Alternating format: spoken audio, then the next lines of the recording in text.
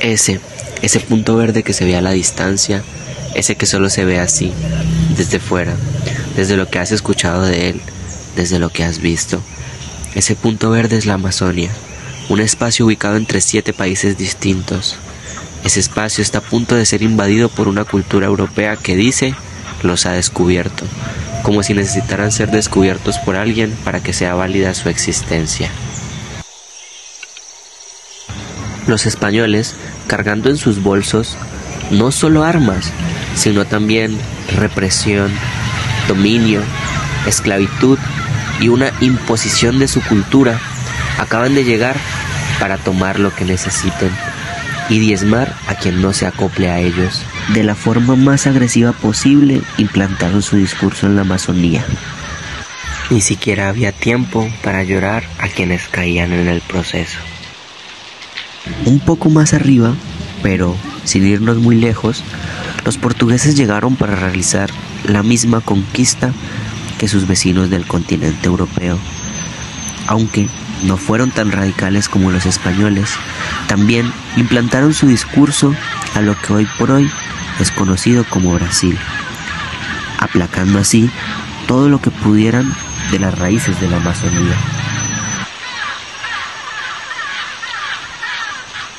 Gracias a esto, es muy difícil conocer un punto de vista diferente al que ha sido implantado durante lo largo de la historia, el del dominador, ese que nos habla siempre desde imágenes preconcebidas y mitos generalizados.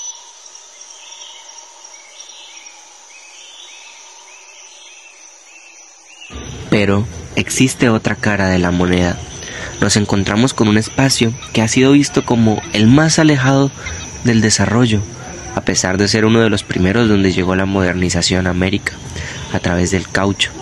Es el reservorio de la mayor cantidad de biodiversidad del planeta y una vida en intenso diálogo con el medio ambiente, donde el discurso social e individual era regulado por las aguas, el ciclo de los ríos y una alegría de vivir envidiable. Una vez más, nos encontramos frente a un pensamiento impuesto. La civilización, tal como la conocemos, ha sido construida en oposición con la naturaleza, poniendo en riesgo las generaciones futuras.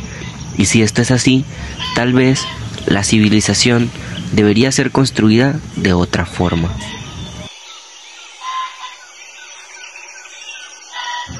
No se puede vivir en un engaño.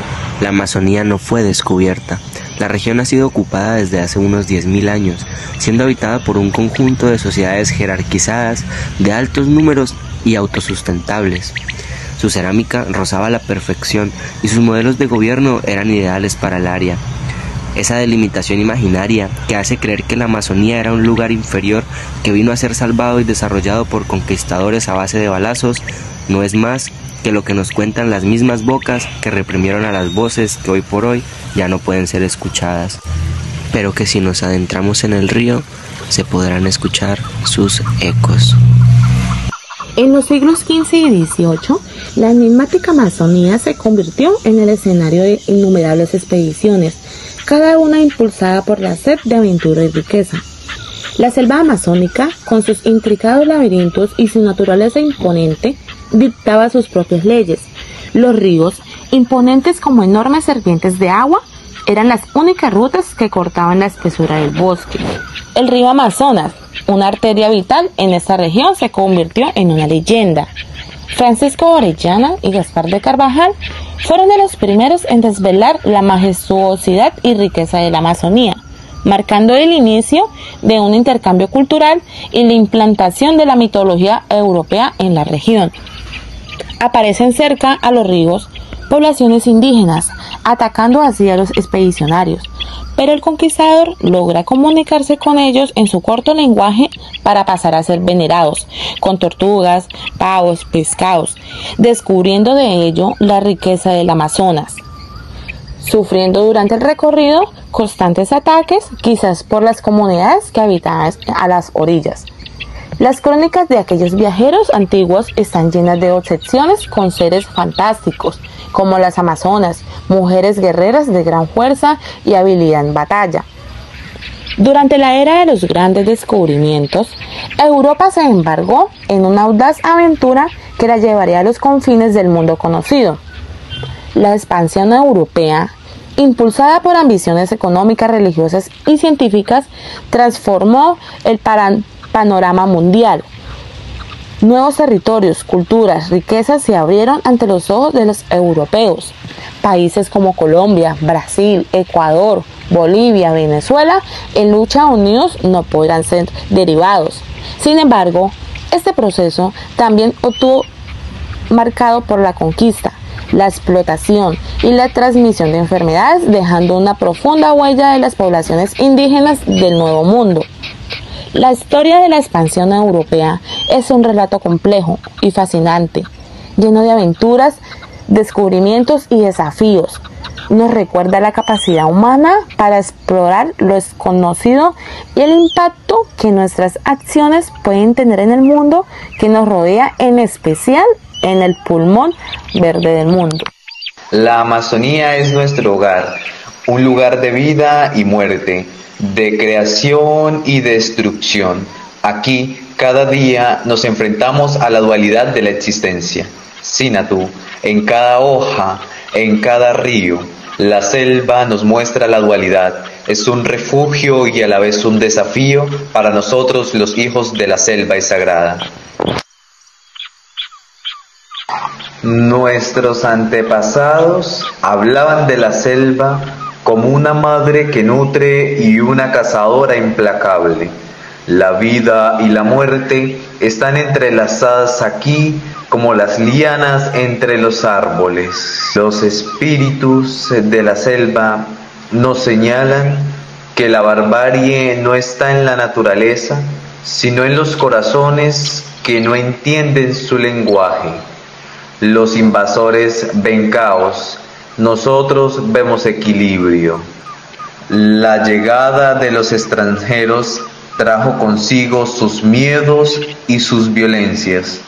Para ellos, nuestra tierra es un misterio que desean dominar. Para nosotros es la fuente de toda vida.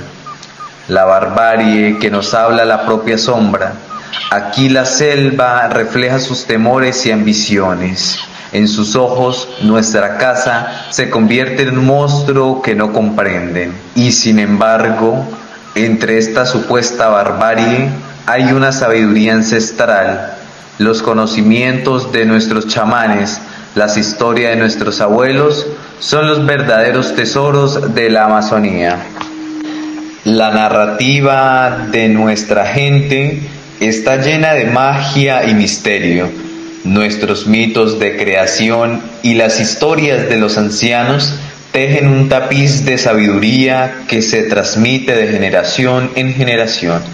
La obra de nuestros antepasados es rica en relatos que explican nuestro mundo, desde los cuentos del jaguar transformado hasta las leyendas del río Dorado. Cada historia es un fragmento de nuestra identidad. ¿Recuerdan la historia del hombre dorado?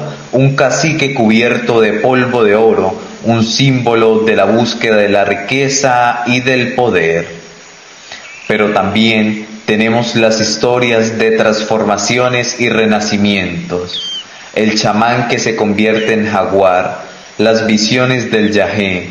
La selva es un lugar de cambios constantes y profundas relaciones.